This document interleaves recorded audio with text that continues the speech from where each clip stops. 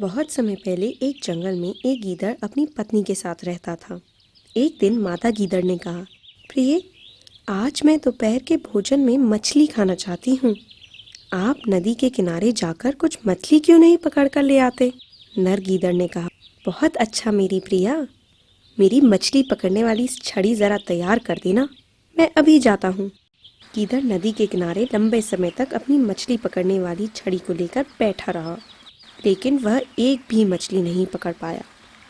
अब मैं क्या करूं? मेरी पत्नी मुझ पर बहुत गुस्सा होगी। तभी उसने दो ऊद बिलावों को पानी में तैरते हुए देखा।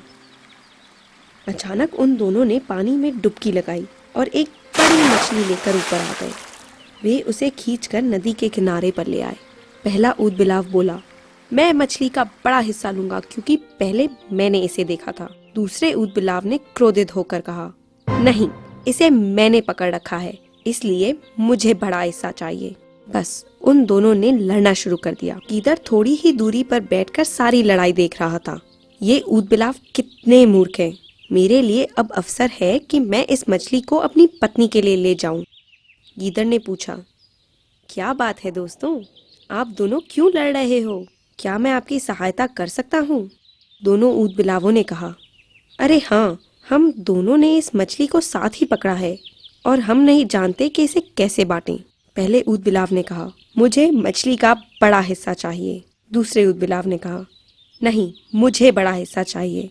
और दोनों में दोबारा झगड़ा शुरू हो गया। गीदड़ ने कहा, आप दोनों आपस में लड़ना बंद करो। यदि आप चाहते हो तो मैं आप दोनों के बीच मछली बांट दूंगा। चतुर गीदड़ ने कहा, अब मुझे तेज चाकू चाहिए। उसने चाकू उठाया और मछली के सर को काटा। यह आपका हिस्सा है, उसने पहले ऊद बिलाव से कहा। उसके बाद उसने मछली की पूंछ काट दी और दूसरे ऊद बिलाव से कहा, यह मछली का हिस्सा आपका है। उसके बाद गीदड़ ने मछली का अच्छा बीच वाला मोटा हिस्सा उठाया और बोला, आपकी समस्या सुलझाने के लिए यह टुकड़ा मेरा हिस्सा है।